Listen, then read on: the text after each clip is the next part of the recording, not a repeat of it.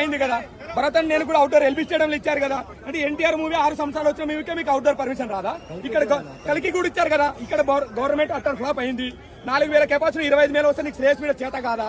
మరి అటప్పుడు ఈవెంట్ ఎందుకు తీసుకున్నావు? ఇదేమైనా ఎంగేజ్మెంట్ ఫంక్షనా? ఎన్టీఆర్ 6 సంవత్సరాలు మా దేవుని చూసగా మీరు లేక మేము ఈవెంట్కి వస్తే ఎక్కడ మేము అనంతపురం కర్నూలు నుంచి వచ్చినాం. పొద్దున 5 గంటలకు లేసి వచ్చినాం.